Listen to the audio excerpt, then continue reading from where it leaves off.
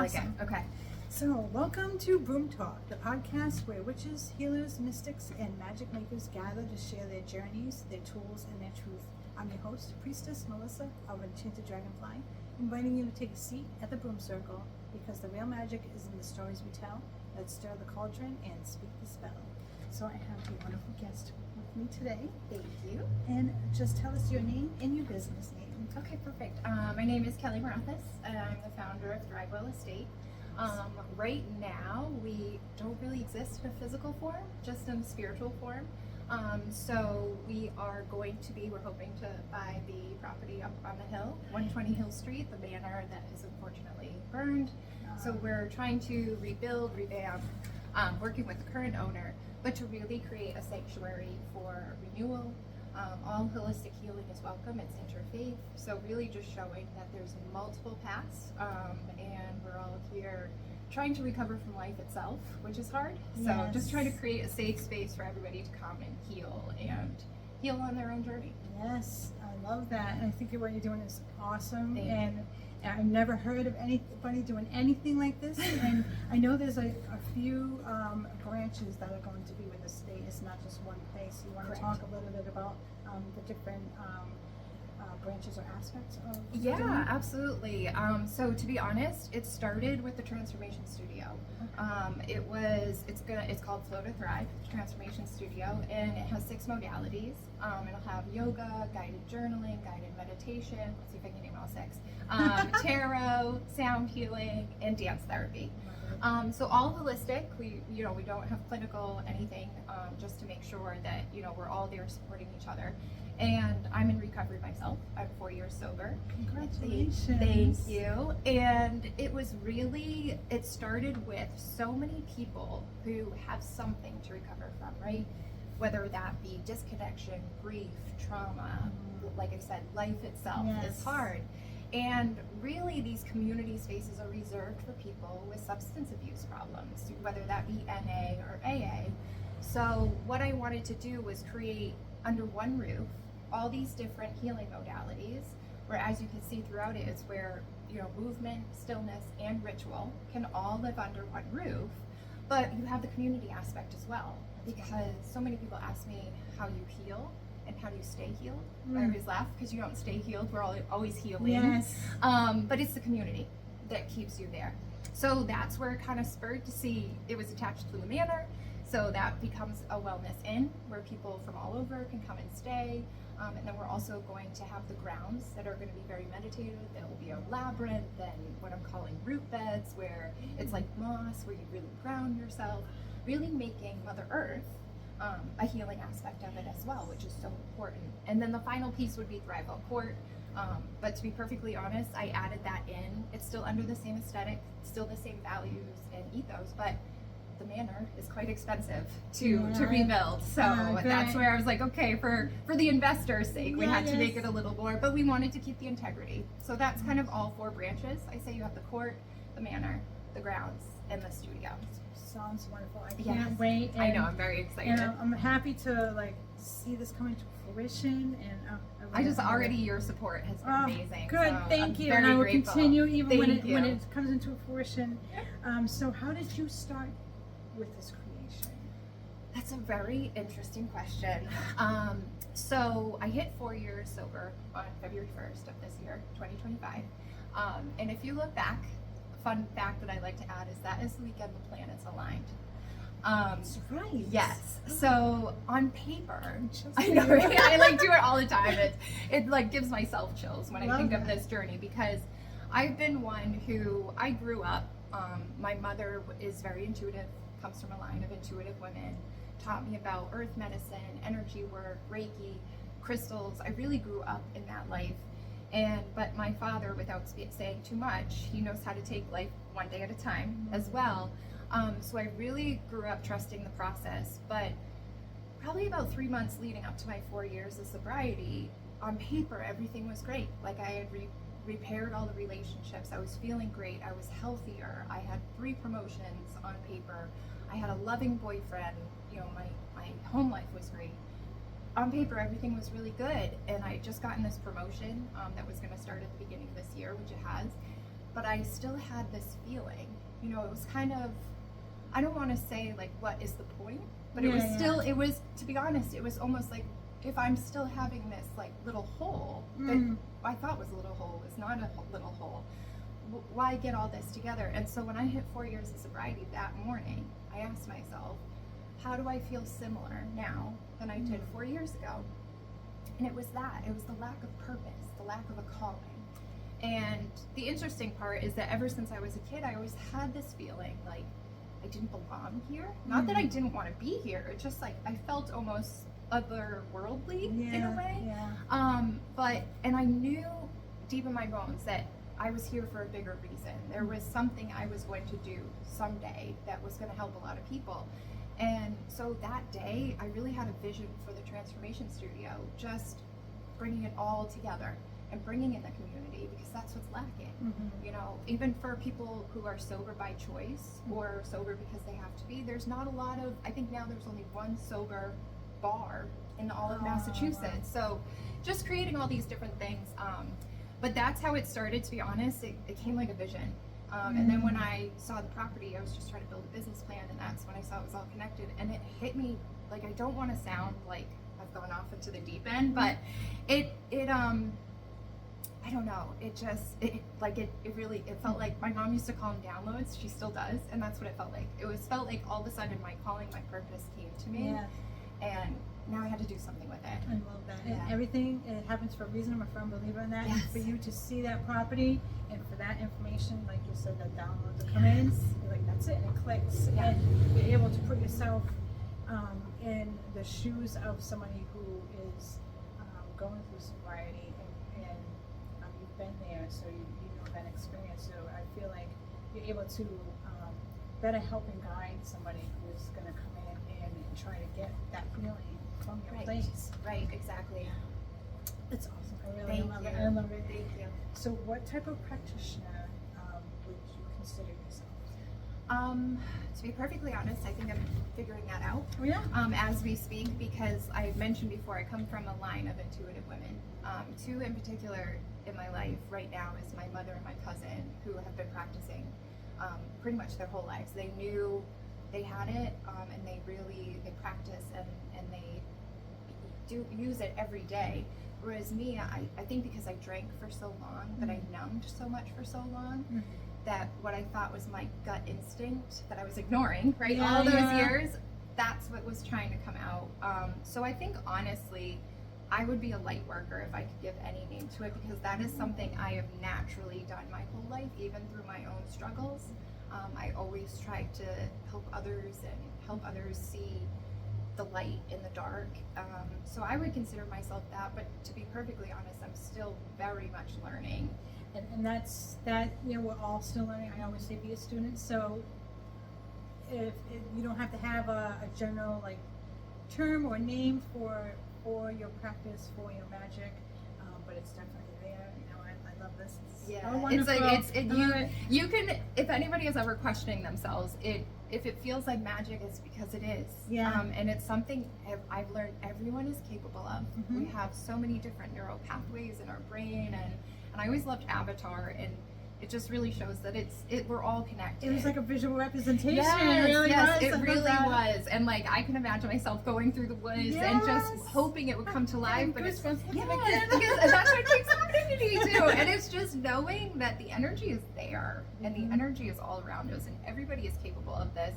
But the world moves so fast. And we're so afraid to be honest about these things. Like, hey, I'm feeling this way, because we're so worried about the judgment.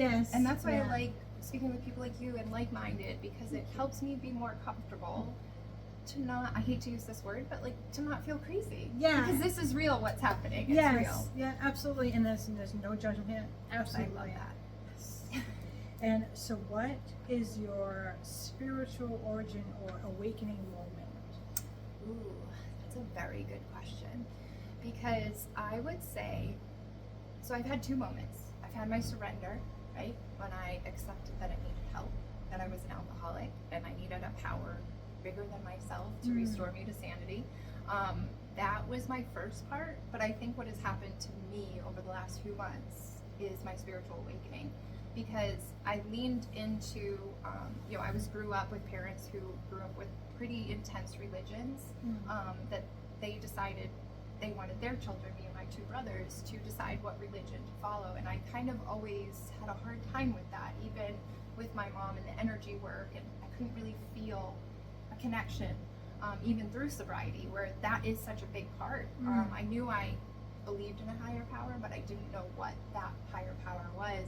So I think now, to be able to make the changes in my life that I'm making and to do what I'm doing or attempting to do, my spiritual awakening is actually happening in the last couple of months, because the trust I have in my higher power now. And I'll be honest, some days it changes every day. You know, some days it's Mother Earth. Sometimes it is God. Sometimes it's something completely different. As long as it's not me. Yeah. And that trust. But I'll have to say, recently my higher power has been my ancestors, for sure. Yeah. Nice. Yes. Nice. So. And I believe that they're always with us somehow. Yes. At least one is following us and looking out for us. So Yeah. nice. What is your daily spiritual or magical practice like? I would say tarot cards. I really, and it's interesting because my boyfriend, my partner, he's Christian. So it's interesting that we're under the same roof, and this is why I've kind of taken what we have done and kind of expanded it as well, because I was a little hesitant to explore it at first, because I always knew with my mother that they're real. You don't mess with them. They're not toys. But this time it was different. I wasn't self-seeking. I wasn't trying to manipulate the answers. This was truly, I was putting it up to my higher power, and I've really found that almost the cards are my connection. It's how I communicate. And for me, I'm intellectual as well. As I got sober, I realized, I've taken a few tests, and it always comes out between 130 and 140 for an IQ. Nice. So I can sometimes overthink the connection and the intuition. So I think sometimes the cards help me validate that as well. So I would say cards it's become my morning ritual. Nice. Yeah. Sometimes you can get a little information overload. So yes, it's nice to have that little bit of direction of where it's going. Exactly. Who or what inspires your path the most? Ooh, that's a tough question. Honestly, the ones that are still suffering. And never mind in alcoholism or drug addiction. Like I'm still in AA, I still participate in that, and I do this because I always say if I can help one person, it's worth it. But I would say what influences me is how many people I can help, and the reach that I can get. I think I have a very good combination, whether it's knowing people with deep pockets or my abilities to put all this together in a business plan and have the vision and have the connection.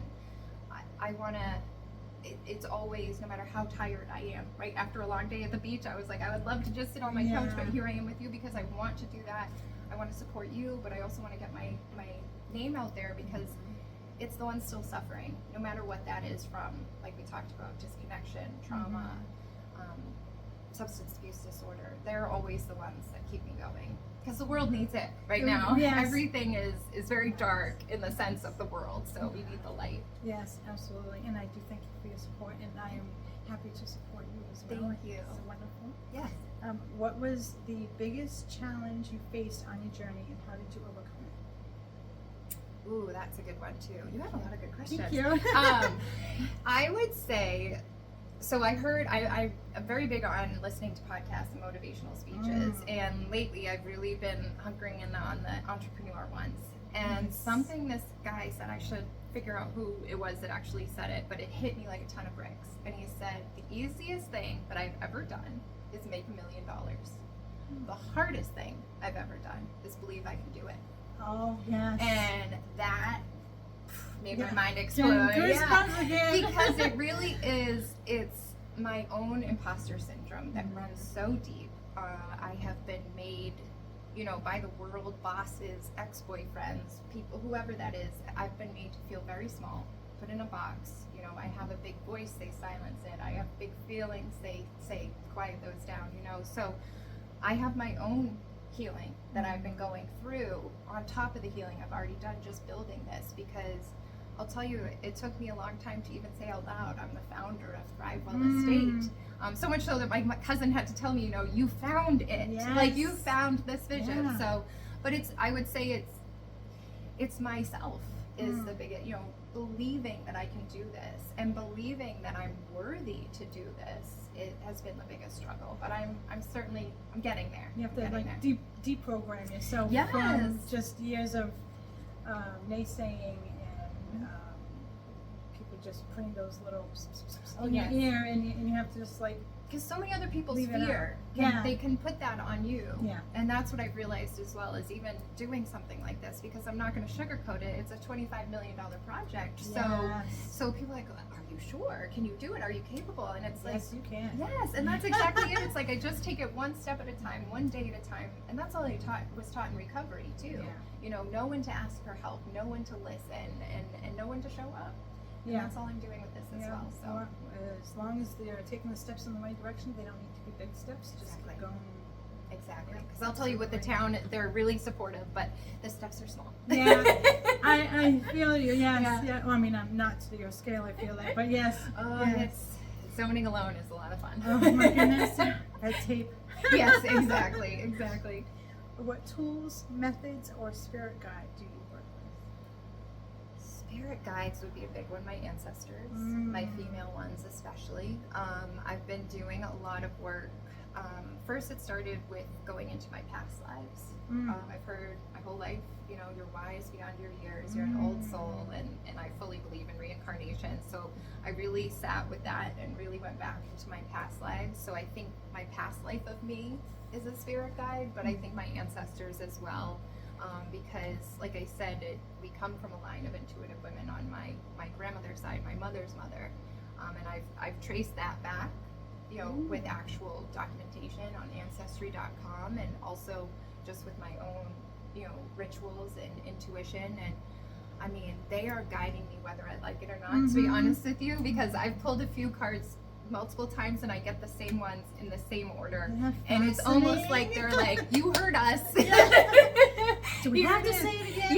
Yes. So, and that's what it's like. And even it said, like, that's the message I got. We're not asking for permission. This is your calling. So it's almost like they lit the flame, and I need to carry the torch, and it's trusting that. So keep that flame lit. Yes, sure, which is hard some days, because you're like, really, why me? Yeah, it really is, and it can feel like heavy at times. Yes. But I believe that if the universe thought you couldn't do it, you would be doing it. Right. But it has belief in it too. So Exactly. What is that saying?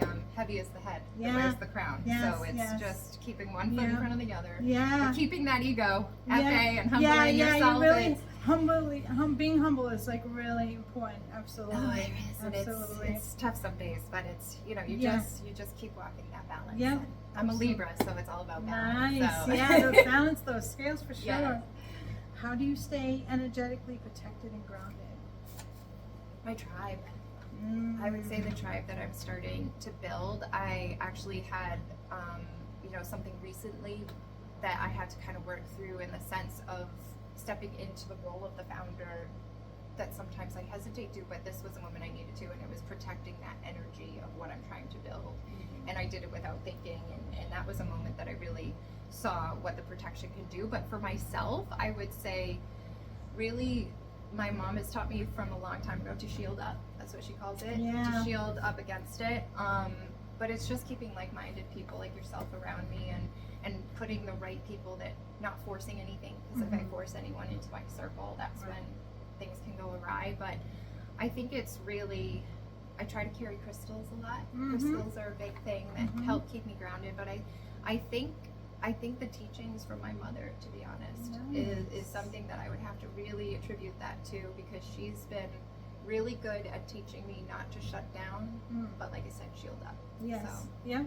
You can shine with a little shield around you. Yeah. Just make that shield shiny. I know, exactly. I bedazzle it. Yes. There you go. Put some Swarovski crystals on there. Yes, crystals. Why not just crystals in general?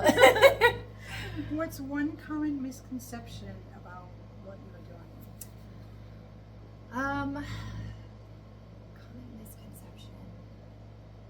I can tell you what I think might be a common misconception. I don't know if it's there yet. I'm very worried people think this is a cult. I'm worried that I don't want that, and there's two parts of that. I don't want people to think it's a cult, because that's absolutely not what it is. And it's also, I don't want people to think that I think I'm holier than thou. Right. I was, for some reason, chosen to carry this message. It's living through me, not because of me.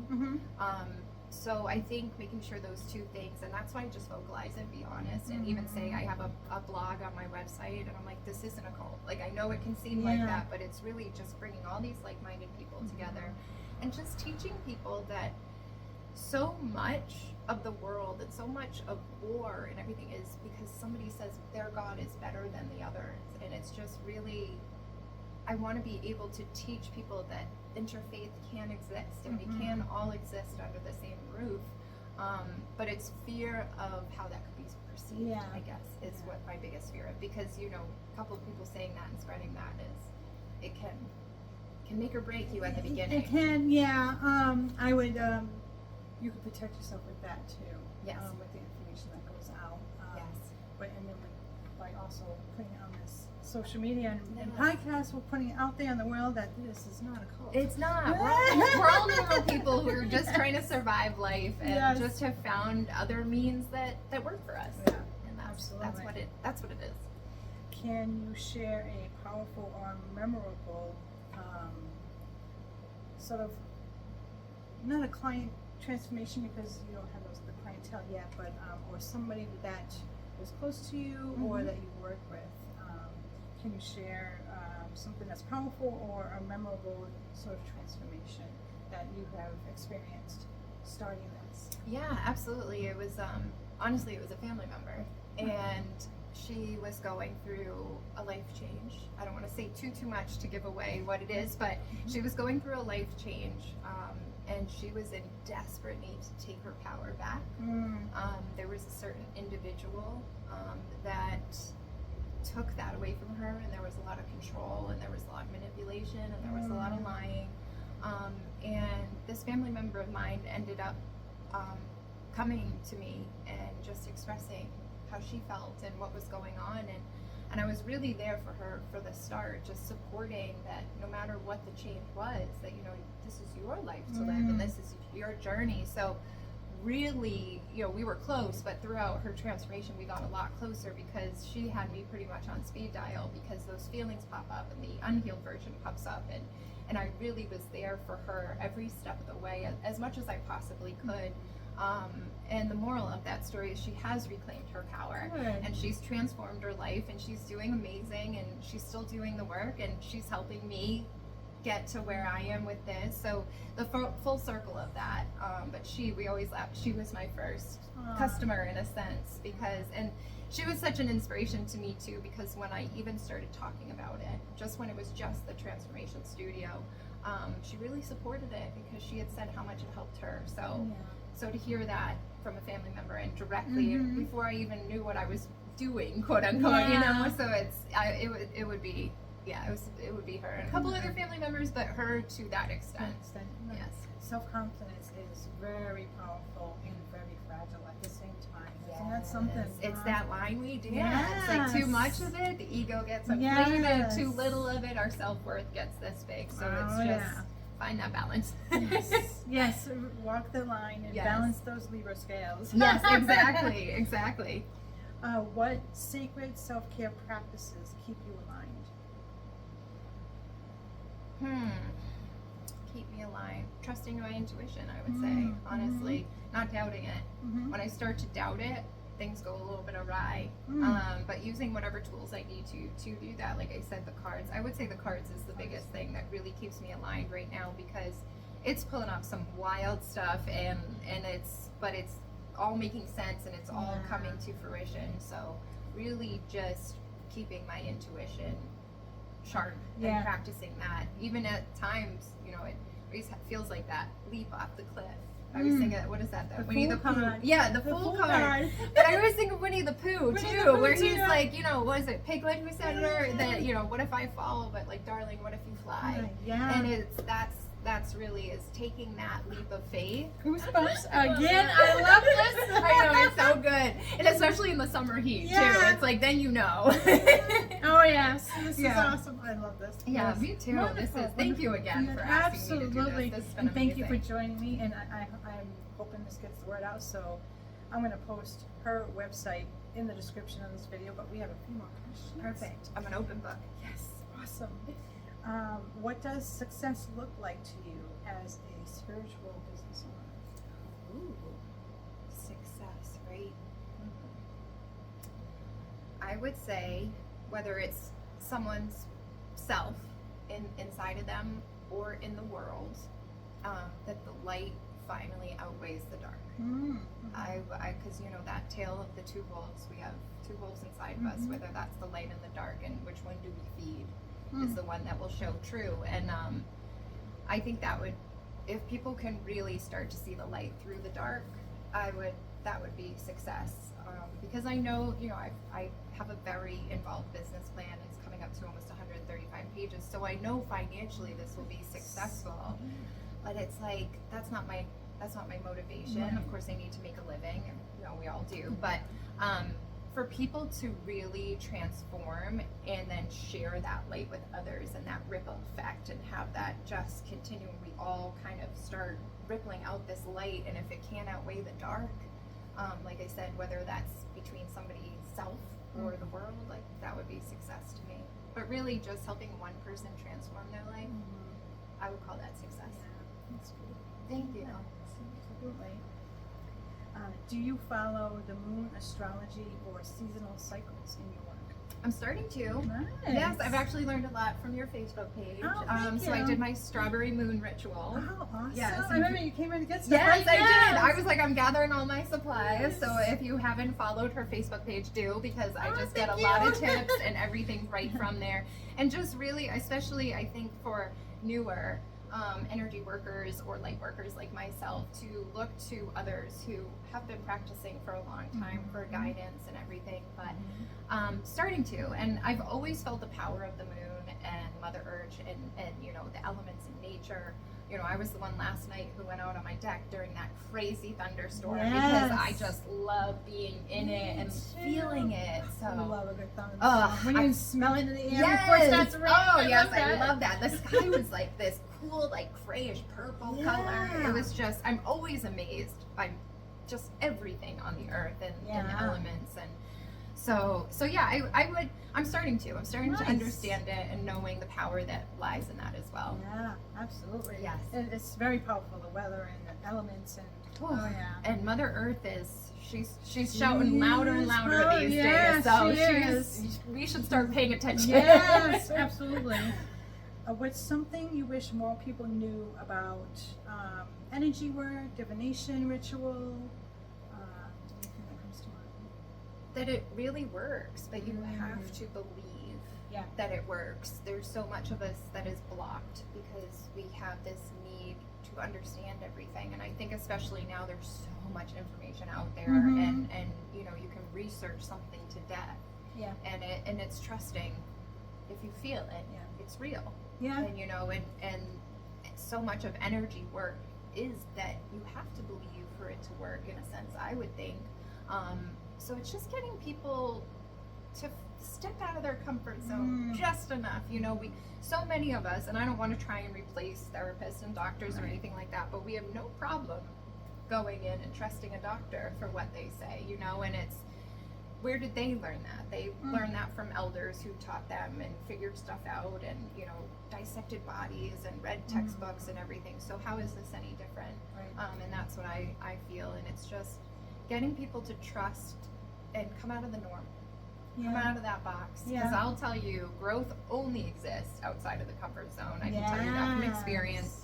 And it's a scary place to be, but it's Going into the unknown is one of my favorite places to be, and it's just trust it. Yeah. Trust it. The wonders that you discover. Yes, exactly. I went up to Salem on Sunday with my mom and my cousin, and I love the saying. We saw the sign that says, "Not all who wander are lost." Yeah. And it's like that is Sometimes so we're true. just Indiana Jonesing out there. Exactly. Yes, Exactly. I love that. If you could give one piece of advice to somebody just starting their path, what would it be? Trust it. Wow. Trust that gut. Yeah. Trust the intuition. Nice. Because for some reason, like I said, when I hit 4 years sobriety, I just trusted it. Even I trusted it so much that I was questioning that I was trusting it, but I didn't stop trusting it, if that makes sense. Yes. That feeling that we get deep in our belly, that, you know, somebody walks by you and the hairs on the back of your neck stand up, and, you know, your gut is telling you, like, this is not, you know, you're not saying it's a bad person, but you're not supposed to be in this person's orbit or anything like that, or if you're supposed to take a left instead of a right. It's just trust those moments that you feel that little, sometimes it can feel like butterflies, sometimes it can feel like a pull. I think I remember telling you the first time I came in here, I was washing dishes, and I just was like, I need to go introduce myself to the, you know, Enchanted Dragonfly, and this was what, maybe a month and a half, and here we are. So it's trust the gut instinct, because that gut instinct is what I truly believe is all of our intuitive powers, and sometimes we don't acknowledge it as that, and it's just trust whatever's guiding you is guiding you for the right reasons. That's good advice. Yes. Trying. Yes. What magic are you currently brewing? Without giving too much away, because sometimes we have to keep things on the down low before we release it. But anything that you wanted to coming soon? Yeah, I would say some like-minded people that I have met through trying to create Thrivewell. We're going to do a little bit of a collaboration event. So try to bring Thrivewell to life in its physical form without a physical space. So that'll be something to look forward to, but we're just in the beginning talks of collaboration meetings and all of that. But really, I'm trying to get myself out into the community before we have the physical space. July is going to be a big month. I'll be fully honest. We have some potential investor meetings this month.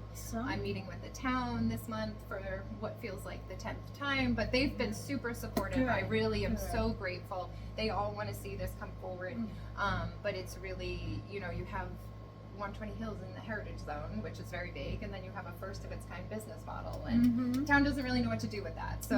So yeah, going in front of the town next week to hopefully get it through a special permit. But really, I'm really an open book. So being on, you know, when you look at my blog on the website, I really because I want people to see what it takes to build something like this from scratch.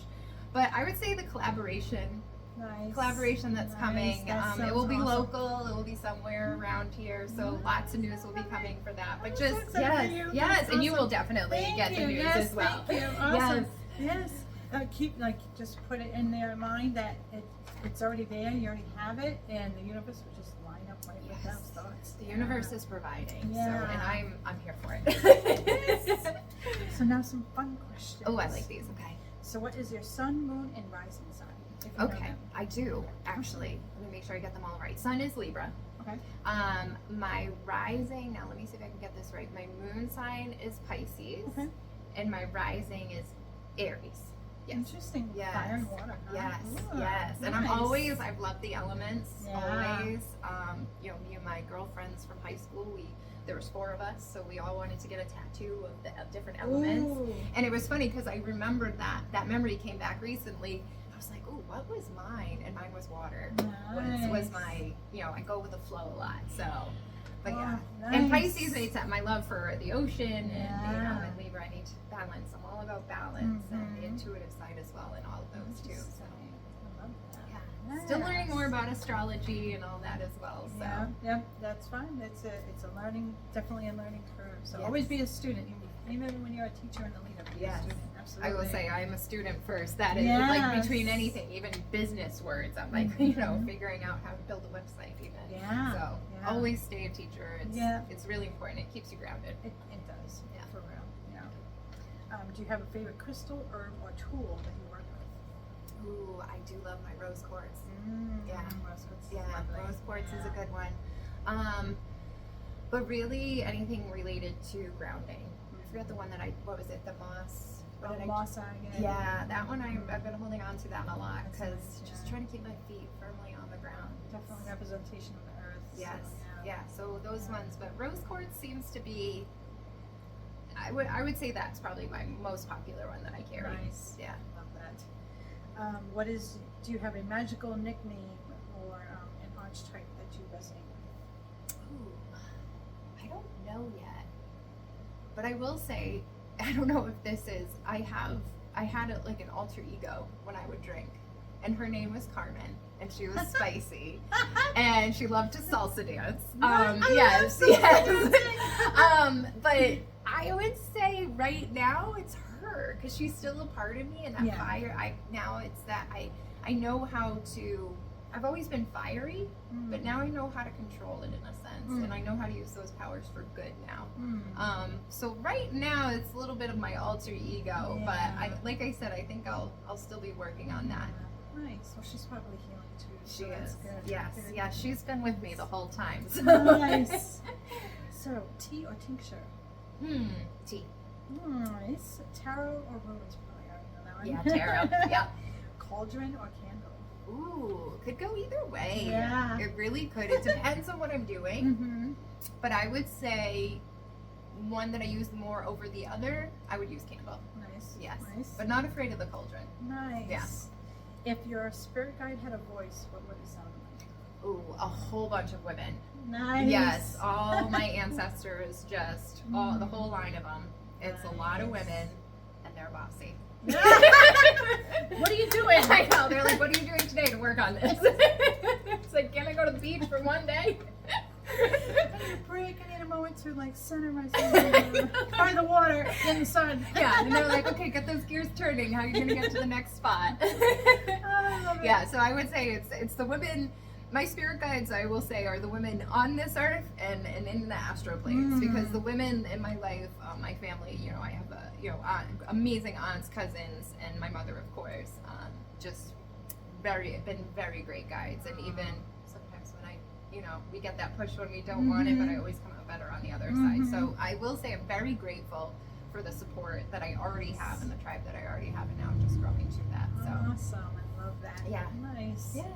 So that is all the questions I have. Is there anything that you would like to add or talk about? I think just, I know you're going to add the website to the description, but just really, if you want to subscribe to the email list, it's right on the About page. But the biggest thing is my blog. It's called Letters from the Founder.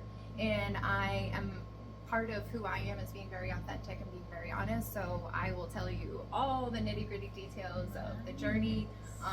I think I started on May 4th, and I think we're up to 20 letters at this point. So it's just really being honest about the entire journey, and not only the journey of the logistics getting something like this up and running, but like for me, my personal journey, the transformation that I've gone through, even deeper, just building this. So follow along with the blog, and you'll get announcements through the email list and everything. So just awareness, talk about it, and that's what will help Thrivewell come to life. Yes. Yes. Awesome. I love it.